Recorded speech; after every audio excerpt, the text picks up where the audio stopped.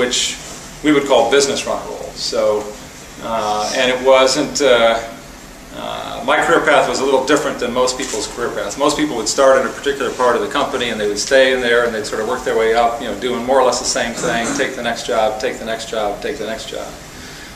That was not my experience at all.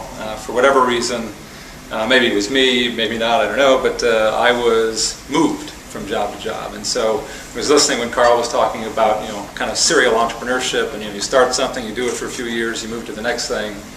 That was my experience, really through my whole career for the last 15 years. I've been, put into a role to run something for 2 or 3 years, move on to the next one, move on to the next one. And I'll take you through a little bit of that. But one of the interesting things about that is and I kind of knew each time I'm only going to be doing this for the next 2 or 3 or 4 years, and then it'll be time to go on to the next thing, right? Is when you approach it that way and that's kind of your leadership responsibility, your role, your business runner role. You got to get in and you got to form a team, you've got to set a strategy, you've got to move people towards that strategy, start to execute that, and you've absolutely got to deliver the results. And you got to do all that in a fairly short window of time. So again, I think within a big company, but still has a lot of the same aspects and challenges from an entrepreneurial standpoint. So let me tell you about a few of those, and these aren't all of them, but these are a few of the ones I thought would be interesting. So starting in the mid-90s, we had a particular account. I didn't put it on the slide here, but it was Dow Chemical, I can tell you that. And as I said, we were a consulting business, purely a consulting business for all of our history. Until the mid-90s, when we decided to branch into outsourcing as another service line, another business line. And Dow Chemical was one of those clients that we kind of pioneered and created that new business model, that outsourcing business model. And I was the guy that was tagged to go do that. And so in late 1995, I hit the ground up there. We worked with the client to sort of shape, okay, what does this mean? What does it look like? What are the commercial terms? What's the contract? I mean, found myself doing all of those things, as well as then actually starting up and running this kind of new business, this outsourcing business. And doing that, obviously, to serve that client, but trying to then build that into a broader business for the company. And I wasn't the only one. We were doing this at a few other places at the same time, but kind of collaborating with my peers, who were doing this in other places. DuPont was another one at the time, talking about, okay, what are you seeing? What are you learning? What are we seeing? What are we learning? And so lots of collaboration, for those of us that were pioneering, sort of this new model, this outsourcing model within the company. So a little bit of experience there. After I did that for a few years, as I said, I was moved on and asked to run our business in general for the chemicals industry, which was maybe a $300 million business at the time. This was probably in the late 90s. And so that was my first experience actually running a small business unit within the company. And so, I don't know if you consider that small or large, but $300 million. All of the clients in the industry were our targets. And so learned lots of things in terms of actually running a P&L and having to be responsible for the sales all the way through the bottom line, all of the people, etc. So a number of challenges there. After doing that for a few years, we had a very large, one of our largest accounts in the world, and that account was in sort of disarray.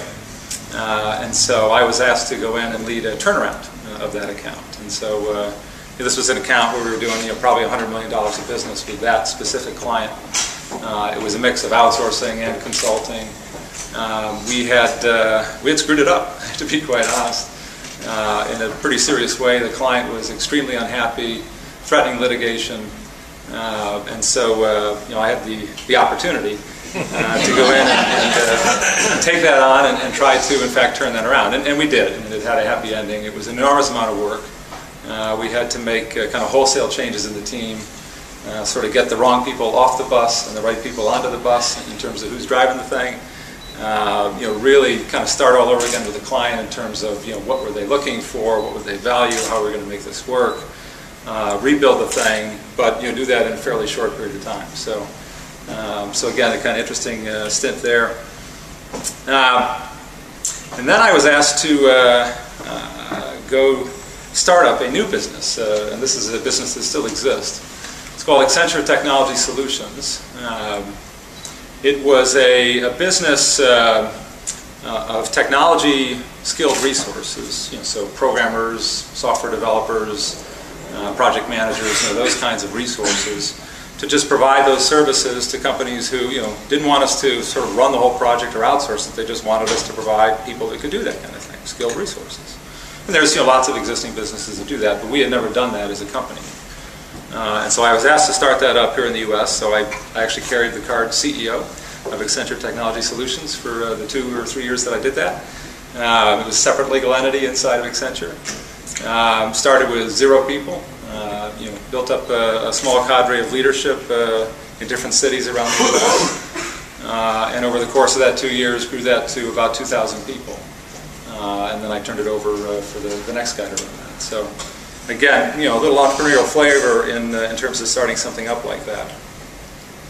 And then where I am today, as I mentioned, IT outsourcing is the business that I've run here for the last several years.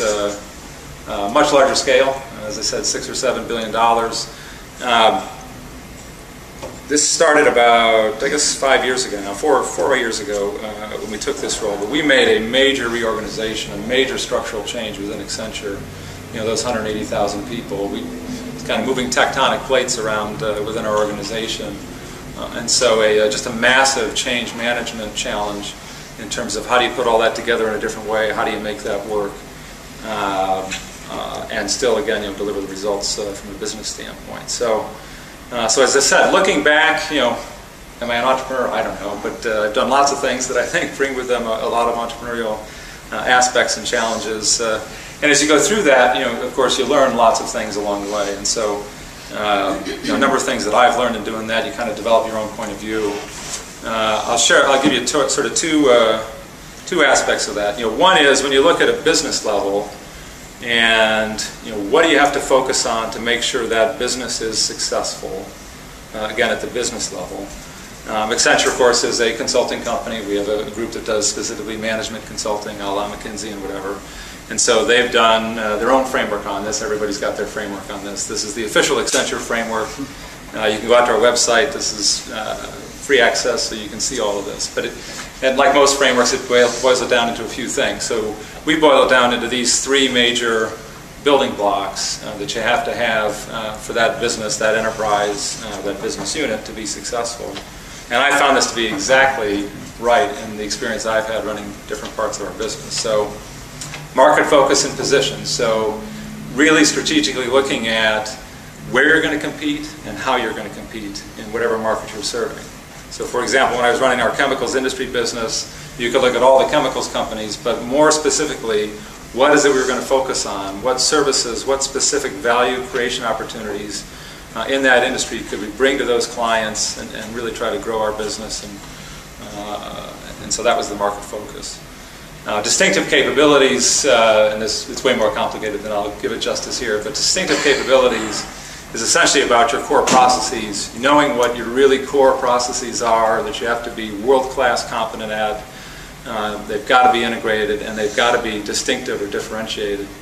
And so in the outsourcing business that I run today, a lot of the stuff we do is not that exciting. We run data centers, we run networks, we maintain and support the applications that these companies run on. On the surface, maybe not that exciting stuff, but you've got to be good at it. You've got to be world-class, and you have to know, what it is that is distinctive about how you do that. So there's that block, and then the performance anatomy being the third block, which is about the workforce and some of the enabling things within your business to sort of make it all hum.